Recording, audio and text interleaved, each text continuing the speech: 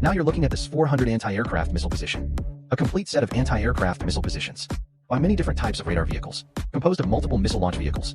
Specific quantity required can be flexibly configured as required. And today our mission is to challenge. Look, one fighter alone. Can this S-400 air defense position be destroyed? This time it was the J-16 fighters. On this mission, he mounted 6 anti-radiation missiles, trying to paralyze a fire-heavy air defense position. The best way to do this is to carry out a saturation attack outside the area of defense. But there was only one fighter on this mission. It's definitely not going to work if you want to cover it with firepower. So we can only do ultra-low altitude sneak strikes. Ultra-low altitude flight. You can use mountains and the influence of the curvature of the Earth to avoid radar detection. But there are also distance limitations in this way. Once the distance is close, work could be detected by low-altitude radar. If there's an AWACS in the sky, will not be invisible. J-16, even if flying at low altitude, there's also a good chance they'll be spotted. Of course, this time, it's just a fighter, PK with anti-aircraft missiles. There is no AWACS support. Soon under the continuous ultra-low altitude flight of the J-16. Now away from the S-400 anti-aircraft missile position, already less than 40 km away. Early stage due to various occlusion. I easily dodged it. Various projectiles of the S-400 radar. But at this time, after the J-16 traversed a small mountain bag at low altitude, suddenly, the front is empty. Dozens of kilometers of planes appear in front of us. The plane means it's impossible to continue torturing. At the same time, after flying out of the small mountain bag, inside the 16-seater cabin, I received it right away. S-400 anti-aircraft missile radar illumination signal. This is the case at this point. Killing 16 can only give up the evasion plan immediately. Start passing through the pod. Guidance. Radar signal locked on S-400 anti-aircraft missile. Immediately towards the S-400 anti-aircraft missile. They took the initiative to launch an attack. 6 hypersonic anti-radiation missiles at a time. Launch all towards S-400. After launch, then immediately began to turn to find the mountain ditch to continue hiding.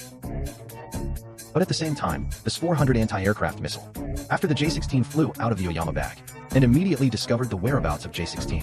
Soon several missile launchers were guided by radar. Start working at the same time, toward the J-16, and anti-radiation missiles flying towards them. Launched dozens of consecutive anti-aircraft missiles. Perform a counter-attack intercept.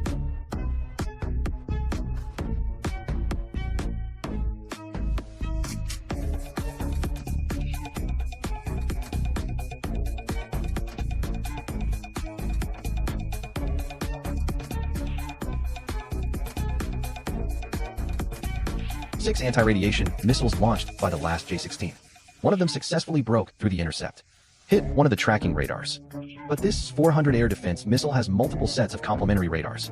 Losing a car doesn't have much impact, unless all radars are wiped out, to make it possible to completely deactivate this S-400. But a J-16 obviously doesn't have enough firepower. Want to destroy this S-400 with your own power is very challenging. And the situation on the J-16 side is not optimistic. There's an anti-aircraft missile coming at it fast. The final J-16 was shot down by an S-400 anti-aircraft missile.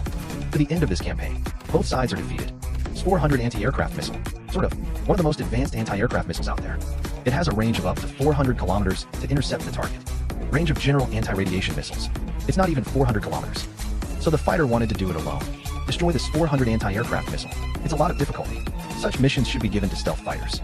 It should have a better chance of success. So that's the end of today's video. I'll see you next time.